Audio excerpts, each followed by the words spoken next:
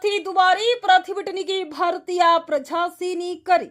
March 1ರಂದು ವಾಣಿಜ್ಯ gas ಸಿಲಿಂಡರ್ಗೆ 114.50 ಹೆಚ್ಚಳ ಮಾಡಿದ ಕೇಂದ್ರ ಬಿಜೆಪಿ ಸರ್ಕಾರ ಏಪ್ರಿಲ್ 1ನೇ ತಾರೀಖಿನಂದು ಪುನಃ 195.50 ಹೆಚ್ಚಳ ಮಾಡಿರುವುದು ಜನತೆಗೆ ಗಾಯದ ಮೇಲೆ ಬರೆ ಎಳೆದಂತೆಯಾಗಿದೆ ಎಂದು ಭಾರತೀಯ ಪ್ರಜಾಸೇನೆ ಕರ್ನಾಟಕ ರಾಜ್ಯ ಸಮಿತಿ ಬಿಜೆಪಿ ನೇತೃತ್ವದ ಕೇಂದ್ರ ಸರ್ಕಾರವನ್ನ ದೂಷಿಸಿದೆ.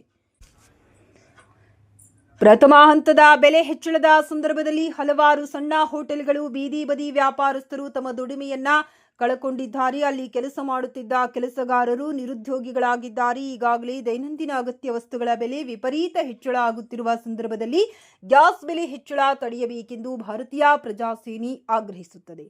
ಇನ್ನೊಂದೆಡೆಯಲ್ಲಿ ಶೆಲ್, ನಯರಾ ಮುಂತಾದ ಖಾಸಗಿ ಪೆಟ್ರೋಲ್ ಬಂಕ್ಗಳು ಪೆಟ್ರೋಲ್ ದರವನ್ನು ಹೆಚ್ಚಳ ಮಾಡಿವೆ. ಇದರಿಂದ ಜನಸಾಮಾನ್ಯರು ತೀವ್ರ ಸಂಕಷ್ಟಕ್ಕೆ ಒಳಗಾಗಿದ್ದಾರೆ. ಬಾಡಿಗೆಗೆ ವಾಹನ ಚಲಾಯಿಸುವ ಚಾಲಕರು, ವಿಶೇಷವಾಗಿ ಆಟೋ ಚಾಲಕರು ದಿನದ ಆದಾಯ ಗಳಿಸಲು ವಾಹನದ ಸಾಲ ತೀರಿಸಲು ಪರದಾಡುವಂತಾಗಿದೆ. ದಿನನಿತ್ಯ ಬಂಕರ್ಗಳಲ್ಲಿ ಕ್ಯೂ ನಿಂತು ಗ್ಯಾಸ್ ಸಿಗದೆ ವಾಪಸ್ ಬಂದಿರುವ ಉದಾಹರಣೆಗಳಿವೆ.